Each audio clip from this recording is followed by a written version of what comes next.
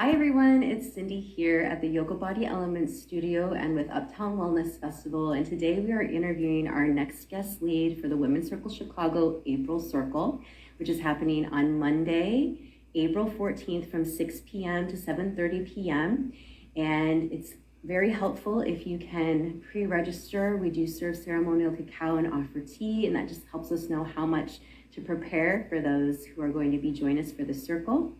Our guest lead for this month is Sarina Dimaso, and her spirit name is Windy City, and she's also a certified medical assistant. She's a behavioral health counselor, and she specializes with recovery and as a grief facilitator. She has also served on the board of directors with the American Indian Center, Chicago, and she's also a recent published author. So we're very excited to have Sarina be our guest lead this month, and we're going to just bring her on so you can learn a little bit more about her and what she's going to be offering to the circle.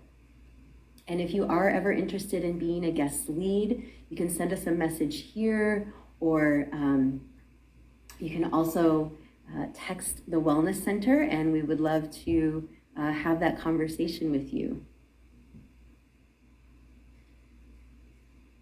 And Sarina, when you can see me, just let me know when you can see me. Okay, I can see you. Can you see me? All right, let's keep going. I can't see you, but I'm sure everybody else can.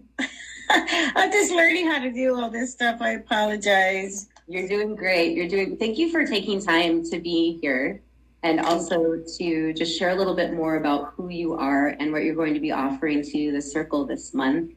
So people that don't know who you are, Sarina, who are you? So I always like to start off introducing myself in my own language. So I'm Chiricahua, Apache, Oglala Hunka adopted. So Dagote Gojo Dabi, Sarina He Golandeo, or in Lakota they call me Tјaté Otjonwahé, which means Windy City. That is a spirit name they gave me at Standing Rock when I was a medic in 2016 for the No Dapple Pipeline, which is where we met Cindy at the protesting that we did at the American Indian Center many moons ago.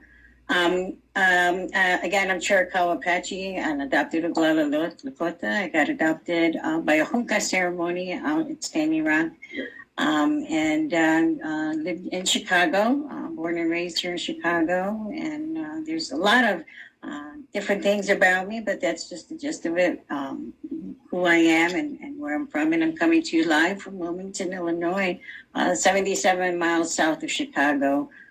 So thank you for having me. Thank you for asking me to be here. It's just so humbling and an honor to be here with you, Cindy. So, and good to see you again too, by the way. Oh, so good to see you and have this opportunity to share together, and an honor to host you too, Sarina. So I'm curious, what had you say yes to speaking to the Women's Circle this month? Excuse me.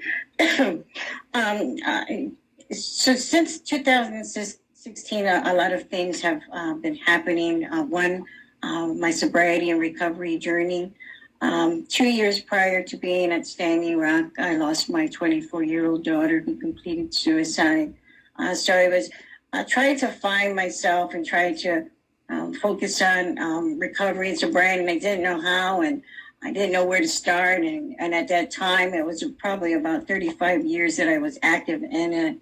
And once I went to Standing Rock, and the change within me, spirit, intent, put me on the path of trying to be of service any way I can. I wanted to learn so many things. I wanted to reconnect to culture, to ceremony.